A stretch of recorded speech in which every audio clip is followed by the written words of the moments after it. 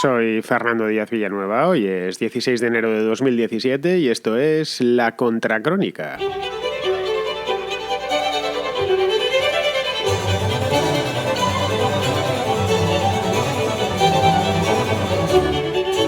El último regalo de Barack Obama como presidente de los Estados Unidos ha sido para Raúl Castro. Increíble, pero cierto, bueno, o no tan increíble quizá. El viernes pasado, es decir, justo cuando le quedaba una semana para abandonar el cargo, puso fin a la política de pies secos, pies mojados, que permite a los cubanos en Estados Unidos quedarse en el país una vez han pisado suelo norteamericano, es decir, que tienen los pies secos, de ahí su nombre. Lo ha hecho obviamente a cambio de nada, como no podía ser de otra manera, es decir, no le ha exigido una contrapartida a Raúl Castro, ni muchísimo menos, y en colaboración con la dictadura cubana, porque el anuncio se hizo de común acuerdo y entre los dos. Nadie se lo esperaba, la verdad, empezando por los propios cubanos, muchos de los cuales se han quedado varados en tierra de ningún sitio, en mitad de ningún sitio, porque se encontraban en pleno tránsito, especialmente en México, tratando de entrar. No siempre los cubanos iban de Cuba a los Estados Unidos por la Florida, sino que muchos intentaban el camino centroamericano vía México, Guatemala, etc. Ha sido la última canallada del gobierno Obama. La última, espero que ya no venga ninguna más porque apenas le quedan 5 días. El broche final a un legado pésimo en todo o en casi todo, pero especialmente en lo relacionado con Cuba. Le quedan, ya digo, 5 días al frente del despacho Oval, al frente del país más poderoso del mundo, y luego llegará Trump. Y ojo, no es seguro que vuelva a conceder este beneficio a los cubanos.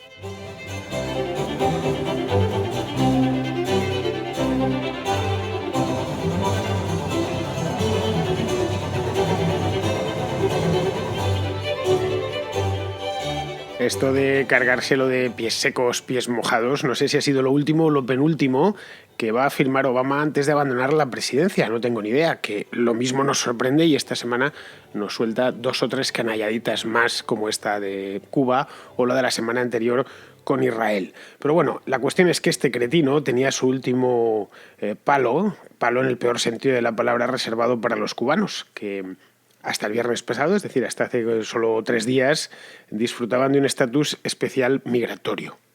Supongo que lo habréis oído a lo largo del fin de semana, eso de pies mojados, pies secos. Yo creo que la cosa era conocida, por lo menos en España, porque la serie esta de los investigadores, que son SCI o algo así, no la vi nunca, pero vamos, esta serie en la que había una policía científica, pues solían salir bastante a menudo, esto no lo sabía, me lo han contado, que solía salir bastante a menudo estos casos de pies secos, pies mojados, de ahí que, es decir, cubanos, dentro de la trama de la serie, pues metían cubanos que se quedaban a 10 metros de la costa y claro, las autoridades de la Florida pues los tenían que deportar. Otros, en cambio, conseguían pisar el suelo del estado y en ese momento ya se quedaban. Y ahí el policía pues tenía el dilema moral, ¿le dejo o no le dejo llegar a nado hasta la costa a pesar de que le he visto antes? Si le dejo llegar, pues podrá disfrutar de una vida próspera y libre, en cambio si le detengo y le devuelvo a Cuba, pues probablemente la vida se le ponga, lo que le quede de vida se le ponga cuesta arriba, cosa que es el estado natural de los cubanos mientras están en su país. Es triste decirlo, pero es así. Bien, esta ley, por si no la conocíais, que también es una posibilidad, permitía entrar a cualquier cubano, cualquier ciudadano cubano, quiero decir, a cualquier habitante de Cuba, en los Estados Unidos y quedarse como residente, es decir, obtener la tarjeta verde, tras estar allí durante 1 año y 1 día. Pero de entrada tenían la frontera abierta. Eso ningún otro país del mundo lo tenía. Simplemente tú, si eras cubano, no tenías más que pisar los Estados Unidos con el pie seco, es decir, pisar territorio americano, y con eso bastaba. En el año 1995 las condiciones se endurecieron. Esto viene ya de los años 60, en origen daba igual que estuviese el pie mojado o el pie seco, y las endureció Bill Clinton en el 95, que revisó la ley de ajuste cubano, que es del año 1966, para por lo menos evitar que no entrasen los que venían con los pies mojados, es decir, los que venían en las balsas y los agarraban en mitad del trayecto en el estrecho de la Florida. Esto se hizo en aquel entonces, los que tengáis memoria, acordaos, los que vivisteis aquello, fue después del famoso episodio del balserazo, que fue en el verano de 1994, hasta películas sacaron en aquel entonces. Entonces, para evitar una nueva ola de balsas como aquella, pues Clinton se decidió a legislar y modificó la ley de ajuste cubano exigiendo que al menos tuviesen los pies secos, es decir, que al menos hubiesen pisado la costa. todos los detenidos en alta mar, todos los que agarrasen encima de una balsa o en un barco o de cualquier manera, pues esos automáticamente eran deportados.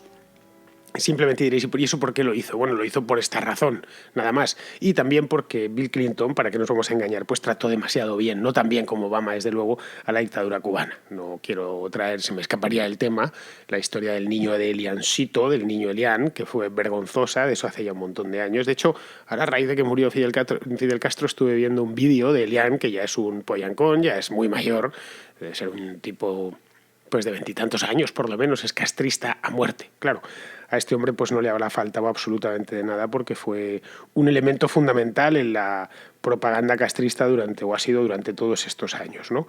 Bien, lo que ha hecho Obama es endurecerla aún más.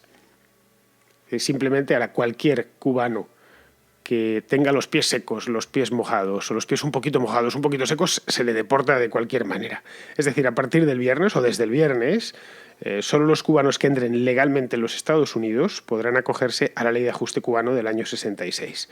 Claro, y aquí viene la primera pregunta. ¿Cómo van a emigrar legalmente los cubanos? Una pregunta muy pertinente por dos razones. La primera, porque no pueden salir del país porque es muy difícil obtener el pasaporte. Y la segunda, porque tampoco tienen fondos. Aunque se quieran ir, los cubanos no se caracterizan por tener un barquito de recreo en su casa de la playa, ni muchísimo menos. Pues la verdad es que de ninguna manera. Simplemente los cubanos no podrán salir del país a no ser que el gobierno lo consienta. Digo, salir del país y llegar a los Estados Unidos. Pueden seguir saliendo pues vía México o vía los Estados Unidos y exponiéndose a ser emigrantes ilegales, pues qué sé yo, como los salvadoreños que entran a través del Río Grande o en la misma California, ¿no? Es decir, pasan a ser emigrantes como los centroamericanos o como los sudamericanos o como los de cualquier otra parte del mundo. El hecho es que el gobierno en Cuba dispone de las dos manijas necesarias para que un cubano pueda emigrar, hoy por hoy, ya desde el viernes pasado. Es decir, por un lado es el que da el pasaporte, simplemente, y dices, bueno, pues eso lo dan en todos los países, ya. Pero yo, a diferencia de un cubano, voy a la comisaría de policía y me lo dan en el acto. Nada más, no tengo ningún problema. Creo que pago una tasa, no sé si son 20 euros, una cosa así, que es el coste del pasaporte, y ya está, y me dura 10 años. Simple. El conseguir el pasaporte por un español es muy fácil, conseguir el pasaporte por un argentino también, conseguir el pasaporte por un mexicano, idem de idem. El problema es cuando eres cubano y quieres conseguir el pasaporte, no es ni muchísimo menos fácil. Y la segunda parte, el visado. De la visa, es decir, para poder entrar a los Estados Unidos. Yo, si quiero entrar a los Estados Unidos, pues como España está en la Unión Europea, pues me dan tengo un visa waiver que llaman, una cosa que durante 90 días puedo permanecer en los Estados Unidos sin necesidad de más visado. A los norteamericanos, pues dentro de la Unión Europea se les trata de la misma manera. Bien, en el caso de los cubanos, ambos los entrega el gobierno. El primero, porque es la competencia propia del Estado cubano conceder los pasaportes, emitirlos, y el segundo, porque Estados Unidos concede, desde que Clinton hizo aquel ajuste en el año 95, concede 20.000 visados cada año y se los entrega al gobierno de Raúl Castro. Desde 1995 es así. Es decir, que a partir de ahora solo emigrará a Estados Unidos quien quiera el gobierno de Raúl Castro. Fuera, lo puede utilizar como premio, lo puede utilizar como válvula de escape, lo puede utilizar y lo va a utilizar, de hecho, de manera discrecional. Eso sí, una vez estén allí, un año y un día después de haber pisado territorio norteamericano, se podrán acoger a la residencia, podrán obtener la tarjeta verde conforme a la ley de ajuste cubano, que no ha sido derogada. Que digo yo que en el caso de que Obama siguiese gobernando durante unos meses más, hubiese ganado Hillary Clinton, pues hubiera sido lo siguiente. O quizá la hubiesen derogado todo de golpe, ya ahora en el mes de enero. No tengo ni idea, pero vamos, queda la incógnita de Trump, pero bueno, esa la vamos a ver un poco más adelante en el programa. Bien, podríamos pensar, y aquí llega el primer punto conflictivo, que el exilio cubano en los Estados Unidos pues está muy molesto por esta decisión y está enfadado con Obama, diciendo, claro, es que este tipo lo que nos ha hecho, una parte lo está, en esencia. Lo está más desde que empezaron a hablar con Castro en el mes de diciembre del año 2014, hace ya un par de años, pero otra parte no, es decir, no es necesariamente, esto no ha generado, por lo menos lo del pies secos, pies mojados, no ha generado en Miami, en la pequeña Habana, no ha generado un disgusto como el que podríamos prever o el que podríamos sospechar desde los que no estamos allí, los que no pertenecemos al exilio cubano. Es decir, lo explico, valiéndose de la ley esta, de la de pies secos, pies mojados, ha entrado en Florida durante un montón de años, pues una ley que llevaba ya más de 20 años, Miles de cubanos, gran parte de los cuales eran esencialmente migrantes económicos. No muy distinto al hondureño que consigue llegar atravesando México y consigue colarse en los Estados Unidos y se pone a recoger limones o a trabajar en una taquería. No muy distintos. Y con la ventaja de que llegaban a los Estados Unidos y desde ese momento podían quedarse, no eran inmigrantes clandestinos.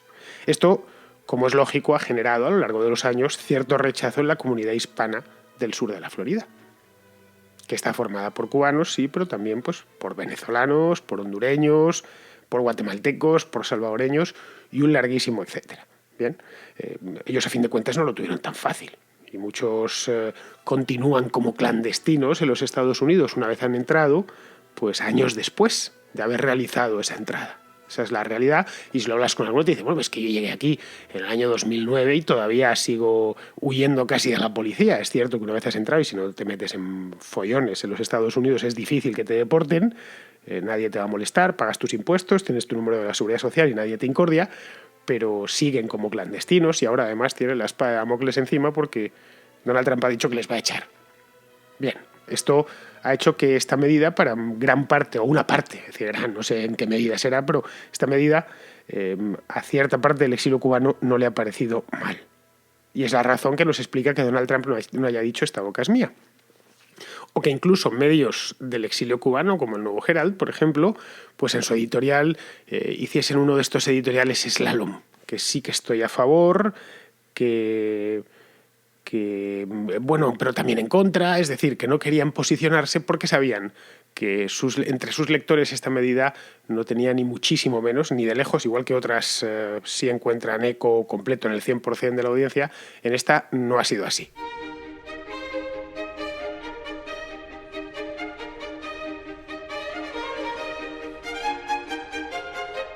Bien mirado y tratando de ser justo, y en esta vida siempre hay que tratar de ser justo, pues tienen parte de razón. Todos estos inmigrantes hispanos que no les gustaba ese beneficio, ese privilegio que tenían los cubanos, que llegaban, que les importaba un bledo la política y simplemente pues habían llegado al sur de Florida, a Los Cayos, y se habían quedado allí sin que la policía les incordiase, mientras ellos pues les costó Dios y ayuda conseguir llegar a los Estados Unidos, conseguir atravesar la frontera y además mantenerse y conseguir, si es que lo consiguen, legalizarse en algún momento. Es decir, esa parte hay que entenderla y tienen como ya digo, una parte de razón, pero también la tienen los cubanos que huyen. Esa es la verdad, cuyo drama es inseparable del gobierno primero de Fidel Castro y luego de Raúl Castro, que no les deja prosperar. Es decir, me explico, un guatemalteco o un hondureño, no porque tenga nada contra esas nacionalidades, pero son nacionalidades muy bien representadas dentro de la comunidad hispana de los Estados Unidos, pues con suerte, con mucho trabajo, con ingenio, puede llegar a prosperar o puede mejorar su condición dentro de su propio país. En principio nadie se lo impide. Es decir, nadie impide a un hondureño de San Pedro Sula montarse un negocio o trabajar 10 o 12 horas al día si quiere salir adelante, y de hecho muchos lo hacen.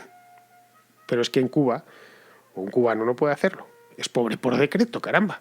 No puede ponerse por su cuenta, no puede ni dedicándole todos los esfuerzos, todo su ingenio a algo, va a conseguir mejorar sus condiciones de vida, porque no puede hacerlo. Bueno, sí, puede meterse en política, pero eso tampoco le garantiza en principio nada.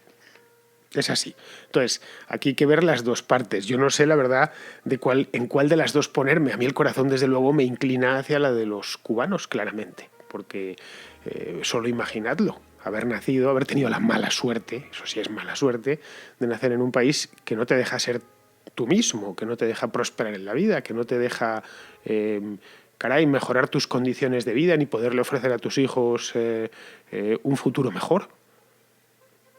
Pensadlo, los que me estáis escuchando, aunque sé que me escuchan algunos en Cuba y supongo que lo entenderán a la perfección lo que digo, que hubierais tenido la mala suerte de nacer en un país así. Estaríais deseando salir, y si emigráis y si conseguís en una balsa o donde sea, o en el tren de aterrizaje de un avión, conseguís salir de allí, diréis, bueno, mi migración es económica, pero también es política, es necesariamente política. Es decir, he salido de allí porque allí no podía hacer nada.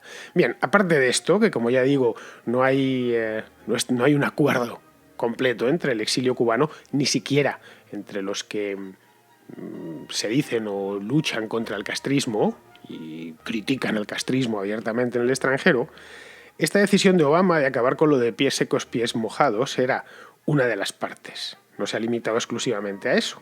Es decir, anunció también el viernes pasado el final de un programa que es un programa que acoge de manera preferencial a médicos cubanos que se beneficiaban de una cosa que se llamaba el programa Parole, ¿sí? Programa Parole para profesionales médicos, es con unas iniciales en inglés. El programa consistía en que los médicos que estuviesen en el extranjero, médicos cubanos se entiende, podían solicitar el asilo. Esto de los médicos es muchísimo más grave. Porque los médicos internacionalistas, abrid comillas y cerradlas, son en esencia esclavos del régimen. Los envía el gobierno a distintas partes del mundo y se apropia de entre pues, el 70, el 80, el 90% de su salario. En divisa fuerte, por supuesto, porque los países que recurren a los médicos cubanos lo hacen pagando en dólares. No le pagan en pesos ni nada por el estilo, ni en piastras. Entonces, este tema sí que es más grave, por lo menos a mi juicio, y creo que para todo el mundo. Este es un programa, el programa Parole, que lo creó Bush y que permitía a estos médicos, como ya os he dicho, pedir asilo en Estados Unidos de manera automáticamente. Bastaba con que qué sé yo, un médico en Venezuela o donde estuviese, o en Brasil, fuese a la embajada de Estados Unidos y solicitase el asilo. Era concedido en el acto. Esto se puso en marcha este programa en el año 2006, es decir, hace solo 10 años, y desde entonces han emigrado del país o han salido del país o han llegado a los Estados Unidos unos 8.000 médicos, que es una barbaridad. Estamos hablando de como 1.000 cada año, teniendo en cuenta, he ido a buscar exactamente el número de médicos que hay operativos en Cuba ahora mismo y es que hay 58.000 luego. Se les han hecho un roto importante. Y no solo eso, esta de los médicos, de hecho, era una de las espinas, este programa de Bush era una de las espinas que tenía clavadas el régimen de los Castro, que clavadas más al fondo, ¿no? Porque el médico era perfecto. Por un lado, le proporcionaban divisas, un montón de dinero.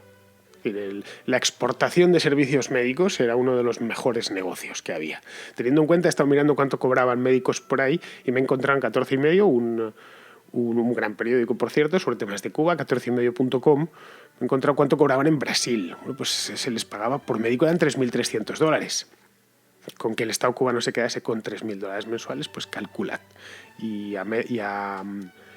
solo a Brasil, en el último programa que enviaron, que lo enviaron para un programa que creó allí el Partido de los Trabajadores, el Partido de Lula, pues mandaron 11.000 médicos. Es una cantidad de dinero que empieza a ser respetable. Sumad los de Venezuela y los de otros muchos sitios donde han ido. Bueno, por un lado le proporcionaba dinero. Por otro les servía como elemento propagandístico, ¿no? Las bondades de la revolución. De mientras otros hacen guerras y invaden países, pues nosotros enviamos médicos. Eso más lo utilizan muchísimo los procastristas. Y algunos además llevaban a cabo y llevan a cabo labores de inteligencia para el gobierno cubano. Es decir, eran ya médicos, mitad médico, mitad soldado, ¿no? Esto, no sé, preguntad a cualquier venezolano, que en Venezuela se les conoce bastante bien. Bush lo que perseguía con esto era privar de recursos a los Castro, arruinar su propaganda mediante continuas deserciones debidamente aireadas y recabar información desde dentro. Un médico que te llegaba, pues sabía bastante. Estamos hablando no de un emigrante que lo único que sabe hacer es recoger azúcar, sino de un médico, alguien formado y tal, que conoce muy bien, o que conoce desde luego más, que ya digo, alguien que lo único que sepa hacer es manejar el hacha y estar en la zafra del azúcar, ¿no? De hecho, esta de Bush era una herramienta, era magnífica, era pacífica y además tenía un coste cero. Bueno, de hecho, ¿qué coste cero? Daba beneficios, porque esos médicos luego se ponían a trabajar en los Estados Unidos, donde se siguen ganando la vida honradamente, generando riqueza para el país, satisfacción para sus clientes, entiendo. Es decir, estaba realmente Estados Unidos incorporando mano de obra cualificada a un coste cero. La pregunta que cabría hacerse, por lo tanto, llegado a este punto, es ¿qué hará Trump al respecto? A Obama, a fin de cuentas, le quedan 5 días. Estamos a 16, pues, ¿qué digo? 5, le quedan 4 días le quedan 4 días en el cargo. Y a partir de la semana que viene, es decir, el lunes próximo ya será presidente de los Estados Unidos, Donald Trump. ¿Qué va a hacer respecto a eso? Esto es una pura especulación, no tengo ni idea lo que va a hacer, pero vamos, yo veo difícil que reinstaure el tema del beneficio de los pies secos, pies mojados, os lo digo sinceramente. Por un lado es incompatible con su discurso migratorio, es decir, bueno, voy a ponerles 1000 pegas a los mexicanos, a los guatemaltecos y a los hondureños, pero a los cubanos se lo voy a poner facilísimo. Eso por un lado. Y por otro, él es plenamente consciente de que no hay unidad de criterio dentro del exilio cubano, que hay muchos cubanos que no estaban de acuerdo con esto. Aquí llegan, e hispanos, no solo cubanos, sino hispanos de la Florida y de otras partes del país que decían, caray, a nosotros nos costó mucho, llegan estos y se les regala, se les da prácticamente el pasaporte según ponen un pie en la costa. Y se nos han colado delincuentes y se nos han colado indeseables y demás. Es decir, él eso es plenamente consciente. He visto, vamos, a lo largo del día de ayer vi un par de entrevistas con Trump hablando de este tema y de otros relativos a Cuba, y en una lo decía. Decía, bueno, voy a hablar con la comunidad cubana, voy a ver si me entiendo con ellos, quiero escucharles. Es decir, no se estaba comprometiendo lo más mínimo. Eso por la parte que toca los pies secos, pies mojados. Pero quizá, pues, no lo sé si se decide por renovar el programa Parole de los médicos. Sería un detalle por su parte, además. Y la verdad, por mucha crema que Obama le haya puesto a la espalda de Castro, a este ya el hermano ya difunto, la verdad, le guste o no le guste al presidente y al gobierno de los Estados Unidos, Cuba sigue siendo, o el régimen cubano, sigue siendo abiertamente hostil a los Estados Unidos.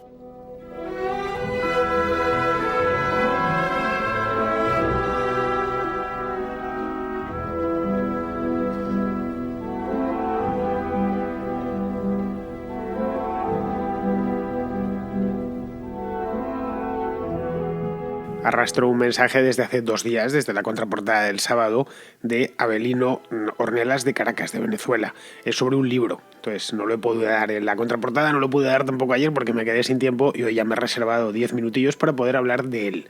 Es sobre un libro sobre la Inquisición española de Benzion Netanyahu, los orígenes de la Inquisición en España del siglo XV, que es un libro que se publicó hace ya muchísimos años, que a Avelino parece haberle gustado.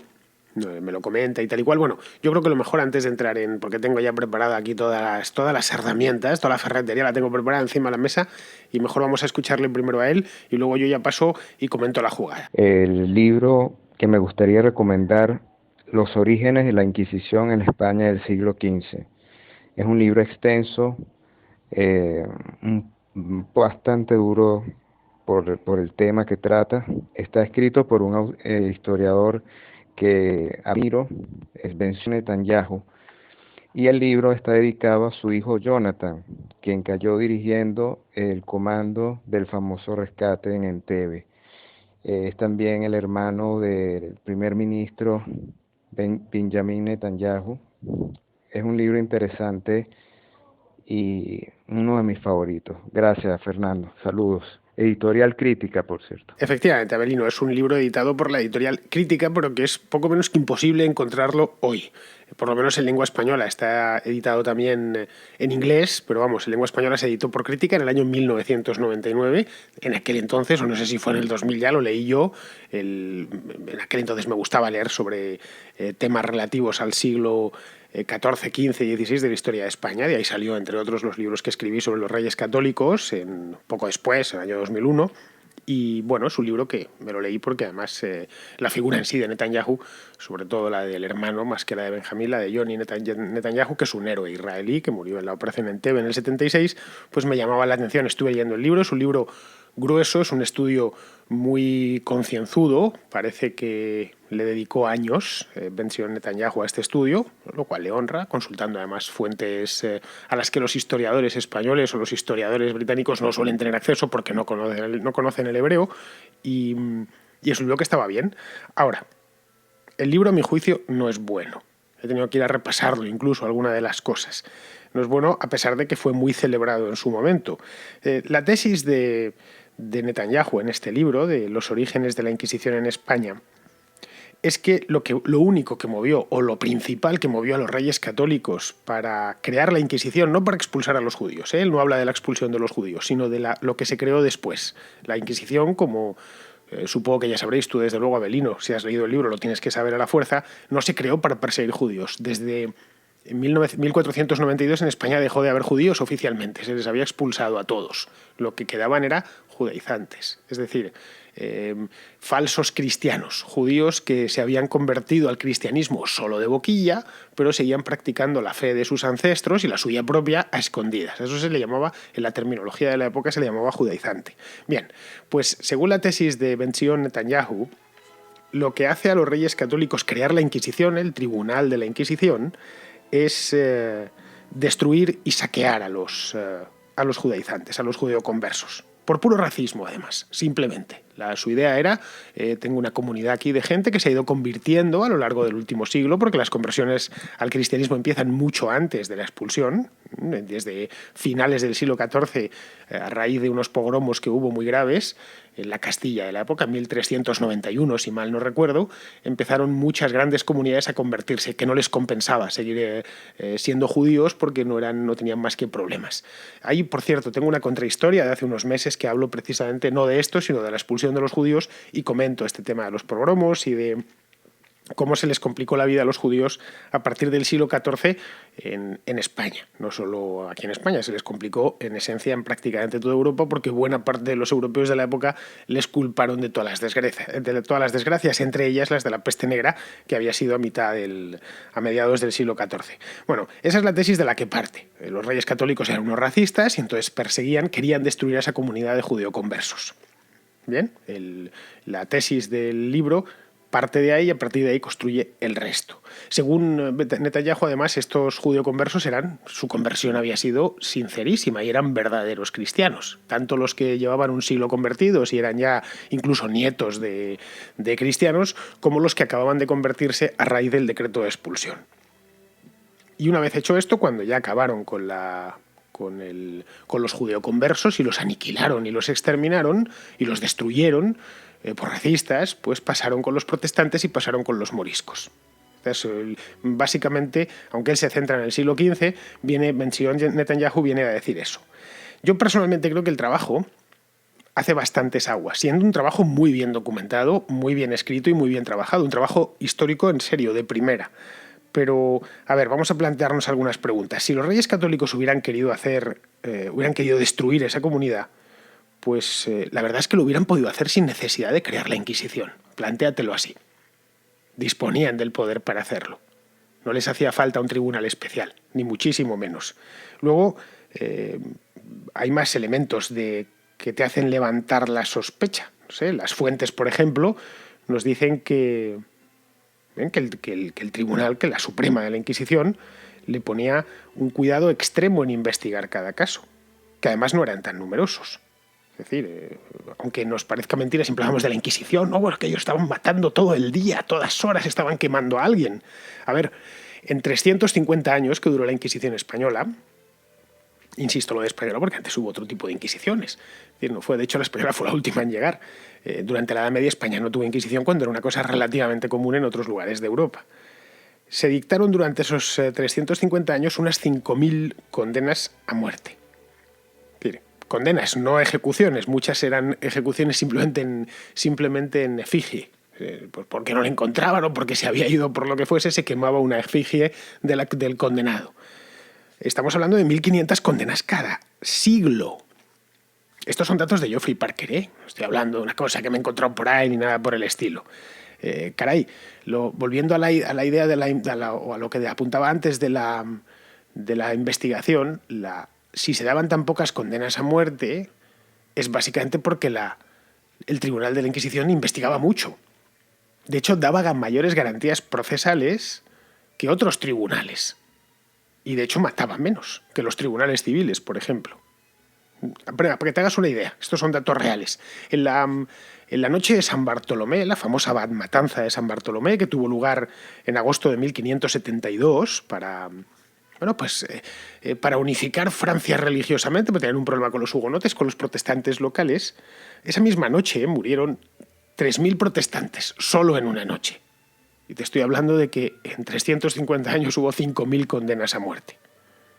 El periodo más sangriento de la Inquisición que va de 1480, es decir, desde que se funda en Castilla hasta 1530, se ejecutó a 2.000 personas.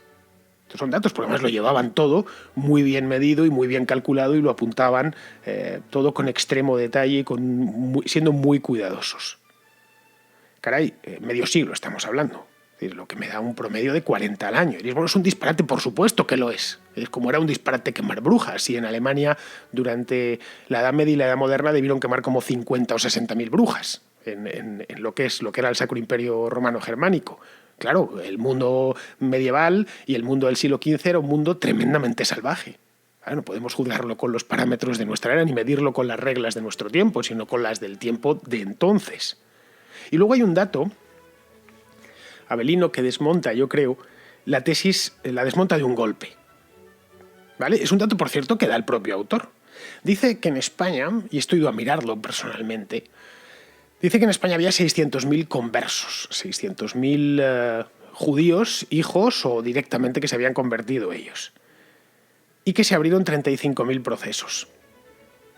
Caray, esto haciendo una regla de 3 muy básica me sale que es el 6%. Es decir, solo el 6% de esa comunidad se vio afectado, con los números que da mención Netanyahu en la mano. No digo ejecutado, afectado, que le abrieron un proceso, en una palabra. Luego, con esto ya me dice que la Inquisición no tenía ni de lejos por objeto aniquilar a los conversos, porque en ese caso, si lo hubiera tenido, si hubiera sido por una voluntad propia de que hay que quitarse esta comunidad en medio, hay que aniquilarla, caray, pues hubieran procesado al 90%, hubieran procesado al 100%. Simple, no hubieran sido cuidadosos lo más mínimo, los hubieran ido condenando a muerte uno tras otro, sin ningún problema. Insisto, en aquel entonces las cosas se hacían así, en el año 1480, y no pasaba nada. Bueno, podía llegar a pasar algo, pero vamos, que no eran tan sensibles como somos hoy en día. Y además es bueno que lo seamos y que tengamos aprecio por la vida humana, pero en aquel entonces, nuestros quintos abuelos no se lo tenían ni muchísimo menos, y esto de la religión era una cosa seria. Las razones por las cuales los reyes católicos crean la Inquisición son otras, te lo aseguro. No tengo tiempo ni siquiera para resumirlas porque se me va el programa, pero vamos, si me decido a hacer una contrahistoria sobre esto, sobre la Inquisición, las iré desgranando una por una. Pues muy bien, con esto yo creo que, Avelino, me alegra que me hayas enviado la recomendación del libro. Te ruego que te lo vuelvas a leer y si tanto te gustó y tal y cual, y lo hagas de una manera un poquitín más crítica. Y verás cómo realmente, y comparándolo con otras cosas. Es decir, no se trata de ser hombre del libro, sino de muchos libros. Hay que ser siempre, en cualquier circunstancia, hay que ser escéptico. Es decir, bueno, esto es lo que cuenta este hombre. Voy a ver si lo puedo falsar por algún lado. Y voy a ver si leo otras cosas y voy a ver cómo se le lleva la contraria. Y empiezo a acumular datos y tal y cual, y estar dispuesto, por supuesto, a cambiar de opinión si alguien te lo demuestra, ya sea personalmente o por escrito, que lo que pensabas no era cierto. Pero bueno, pues nada, queridos amigos, con esto me despido de vosotros. Hasta mañana.